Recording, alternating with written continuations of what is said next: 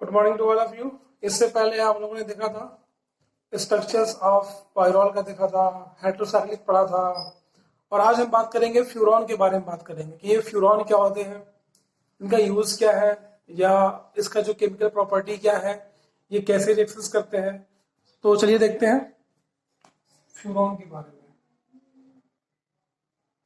एक बात तो कॉमन है, ये जो हमारे पायरॉल है, फ्यूरॉन है, थियोफिन है, सबकी जो केमिकल प्रॉपर्टी है नियर अबाउट सबकी सेम है। तो हम देखते हैं फ्यूरॉन।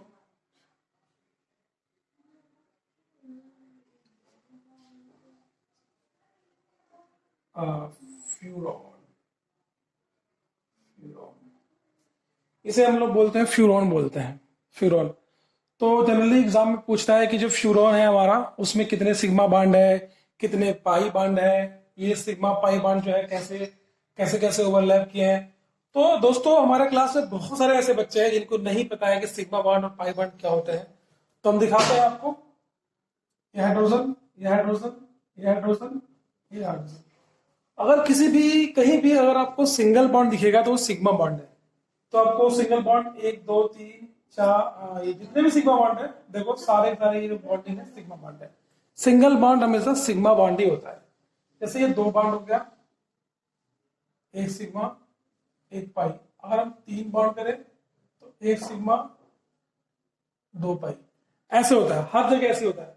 तो हम बता सकते हैं कि ये जो हमारा H है, H में और इस कार्बन में पहले क्या क्या बॉन्डिंग है देख लेते हैं।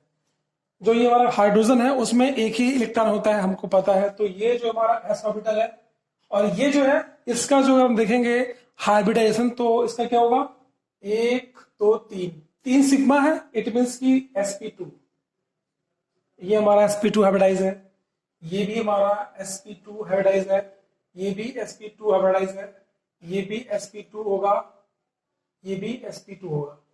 अभी बहुत से लड़के ऐसे होंगे या बहुत से लोग सोच रहे होंगे कि ये वाला sp2 कैसे होगा।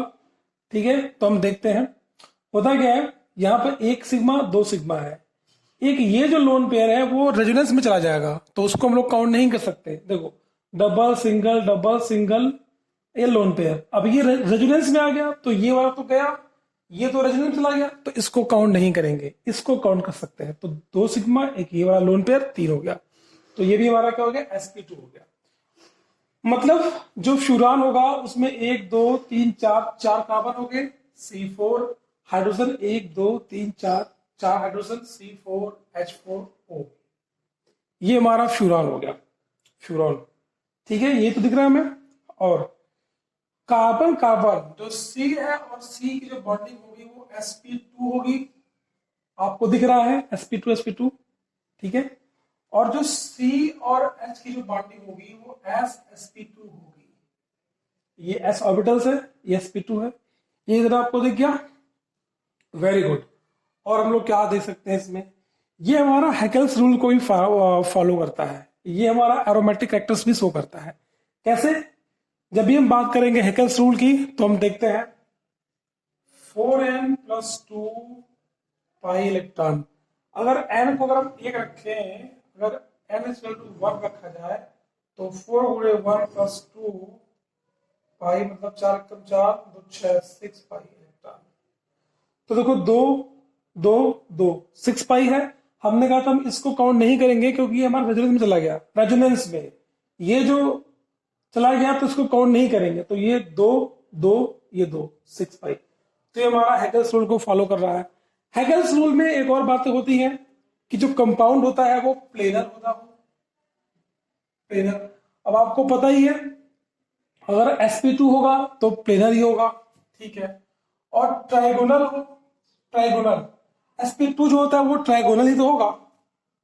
ये बॉन्डिंग, ये बॉन्डिंग, ये अब तीसरा बॉन्डिंग ऐसे कर लेंगे तो ये ट्राइगोनल शेप में तो होता है। ये जो बॉन्ड एंगल जो होता है 120 का होता है, सबको पता है। sp2 की तो प्रॉपर्टी है, तीनों एक प्लेन में होते हैं, कहीं आगे पीछे नहीं होते, ठीक है, इतना पता। और हम लोग क्या इसमें देख सकते हैं ये होने के बाद, और ये जो हमारा होता है वो ईथर में इनसॉल्युबल होता है, और ऑर्गेनिक सॉल्वेंट में मोस्टली सॉल्युबल होता है। इसकी जो ऑर्डर है वो क्लोरोफॉर्म की तरह की होती है। और तो ठीक है, हम लोग अब इसका और हाँ, पाई बॉन्ड जो बनता है, तो पाई बॉन्ड हमेशा ऐसे ही बनता है, ऐसे बनाएंगे हम लोग। तो जो सिग्मा बॉन्ड होती है, जैसे पाई बॉन्ड तुम्हारा तीन होता है, P X, P Y, P Z, तो तीन तरह से होता है ये। ऐसे भी मान लो इसको हम लोग पी एक्स मान लिए, इधर को ऐसे बना दिए, पी वाई मान लिए, इधर को ऐसे कर लिए, पी जेड मान लिए। तो ये तीनों एक ओरिएंटेशन में होते हैं, है ना, थ्री डी में होते हैं। लेकिन जो एस होता है वो हमारा, जो एस ऑर्बिटल होता है, वो एस ऑर्बिटल हमारा एक प्लेन में होता है, ऐसे होता है। तो इसके वजह से जितने भी सिग्मा बांड, जैसे सिग्मा बांड है, वो पाई बांड के परपेंडिकुलर होगा, क्योंकि अब जो एस है वो तो ऐसे ही तो आएगा। जब ऐसे आएगा तो परपेंडिकुलर होगा भाई, कोई आगे जा रहा है, कोई पीछे जा रहा है, कोई थ्री डायमेंशन में जा रहा है, तो जो पी ऑर्बिटल है वो एस के हमेशा परपेंडिकुलर होगा। ये भी हमें जानना पड़ेगा, ठीक है। अब ये हो गया फ्यूरॉन। अब इसके रिएक्शंस के बारे में देखते हैं कि ये रिएक्शंस कैसे करते हैं। देखते हैं रिएक्शंस के बारे में, देखते हैं।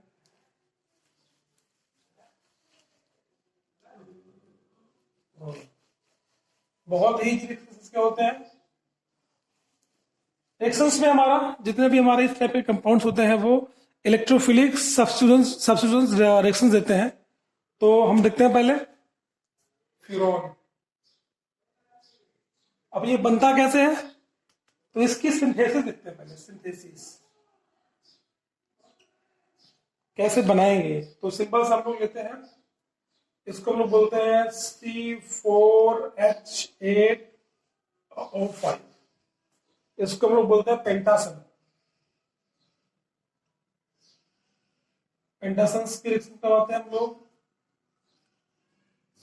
इसकी रिएक्शन करवाएंगे हम लोग ऐसे करके, H प्लस तो बनता है हमारा CH का होल थ्राइस, ये बनता है CH2OH। इसको बोलते हैं एल्डो पेंटोज। ये बनाता है हमारा एल्डो पेंटोज बनाता है। अब जो एल्डो पेंटोज होता है हमारा, वो H2SO4 जब ले लेंगे, हीट करेंगे, तब बनाएगा फरफ्यूरल। ये बनाता है फरफ्यूरल बनाता है। अब जब इस फरफ्यूरल को हम लोग ZnO से करवाएंगे, रिएक्शन करवाएंगे, ये करवाएंगे, तो बन जाएगा हमारा फ्यूरॉन। इसको बोलते हैं फ्यूरॉन। ये इसकी हमारी सिंथेसिस है, इसको आप लोग नोट कर लो। चलो, और फिर इसके बाद हम लोग देखते हैं इसके रिएक्शंस मैकेनिज्म, कि कैसे कैसे रिएक्शंस शो करता है। तो देखते हैं रिएक्शंस में हमने फ्यूरॉन लिया। फ्यूरॉन तो है, फ्यूरॉन की हमने पहले रिएक्शन करवाया Br2 से करवाते हैं। Br2 से करेंगे तो हम लोग लेंगे डायोक्सोल, लेंगे डायोक्सेन, ये लेते हैं, ठीक है। अब हमें बस ध्यान देना है सेकेंड पोजीशन Br होता है। इसका जो मैकेनिज्म है आपसे नहीं पूछेगा एग्जाम में, इसलिए हम नहीं बता रहे हैं आपको।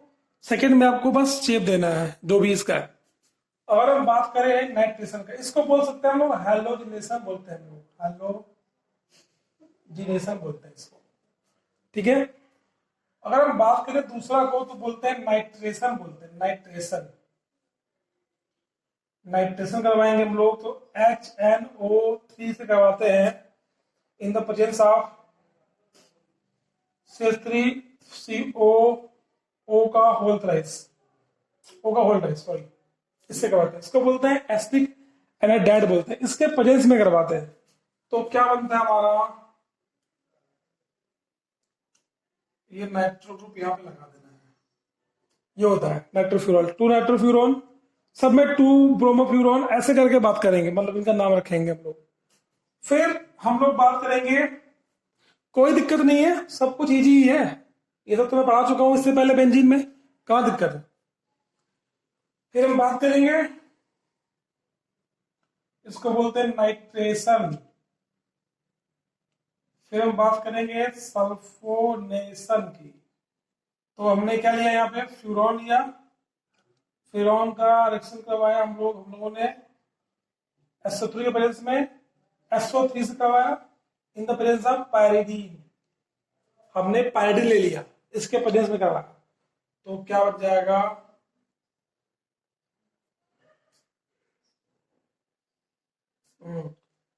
To two sulphonic acid furan बन जाएगा। ठीक है, अब इसके बाद अगर हम लोग और रिएक्शन करवाएं, जैसे कि इसका करवाएं हम लोग फ्रीडल क्राफ्ट एसाइलेशन करवाएं, फ्रीडल क्राफ्ट एसाइलेशन करवाएं। अगर हम लोग फ्रीडल क्राफ्ट एसाइलेशन करवाएंगे तो कुछ सोचने की बात नहीं है, सेम वही एसिटिक एनहाइड्राइड। एसाइलेशन का मतलब क्या होता है, सीओ ग्रुप का जोड़ना, सीओ मतलब एसाइल ग्रुप का जोड़ना, तो ये ले लेंगे। अब इसमें हमें एक लुइस एसिड चाहिए, तो हम लोग BF3 ले लेते हैं, BF3। तो देखते हैं हम लोग इसमें, यहां देखते हैं, यहां कर देखते हैं फ्रीडल क्राफ्ट एसाइलेशंस। तो ये हमारा हो गया फ्यूरोन, फ्यूरोन हो गया हमारा, ये फ्यूरोन हो गया। अब लेते हैं CH3 CO cover twice O, इसके प्रेजेंस में करवाते हैं रिएक्शंस, इससे कराते हैं, चलो प्लस ये ले लो, ठीक है। अब ले लो यहाँ पे BF3 ले लो, ये ले लो। अब जब रिएक्शंस करवाएंगे हम लोग तो हमारा क्या बन जाएगा, ये बन जाएगा, ये हो जाएगा। तो जितने भी सारे रिएक्शंस हैं हमें सेकेंड पोजीशन पे हमें लगाना है कंपाउंड्स को। ठीक है दोस्तों, अब हम लोग बात करेंगे इसके रिडक्शंस की। रिडक्शंस, आपको पता है कि रिडक्शन का मतलब क्या होता है? रिडक्शन का मतलब होता है 2H2 के प्रेजेंस में करवाएंगे, तो क्या हो जाएगा हमारा, जब भी हम लोग करवाएंगे रिडक्शंस तो हम लोग ध्यान देंगे कि ये जो बॉन्ड है वो गायब हो जाएंगे, तो ये बॉन्ड गायब कर दो, ठीक है, ये बन जाएगा हमारा। तो हमारे सारे रिएक्शंस कुछ इस तरह से हैं, मैं आपको नोट सेंड कर दूंगा और आप लोग इसको देखते रहिए, पढ़ते रहिए और एक जगह सब रिएक्शंस को लिख लीजिए आप। और उसके बाद इसका जो सिंथेटिक इंपॉर्टेंस है आपको खुद से लिखना पड़ेगा, इसके लिए ये काम आपका है। अगर मैं आपको सब कुछ बता रहा हूं तो आप मेहनत नहीं करोगे, इसलिए कुछ बातें मैं छोड़ रहा हूं आपके होमवर्क के लिए। अब घर घर बैठे बैठे लॉकडाउन में क्या करोगे, कुछ तो काम कर लो। ठीक है दोस्तों, थैंक यू।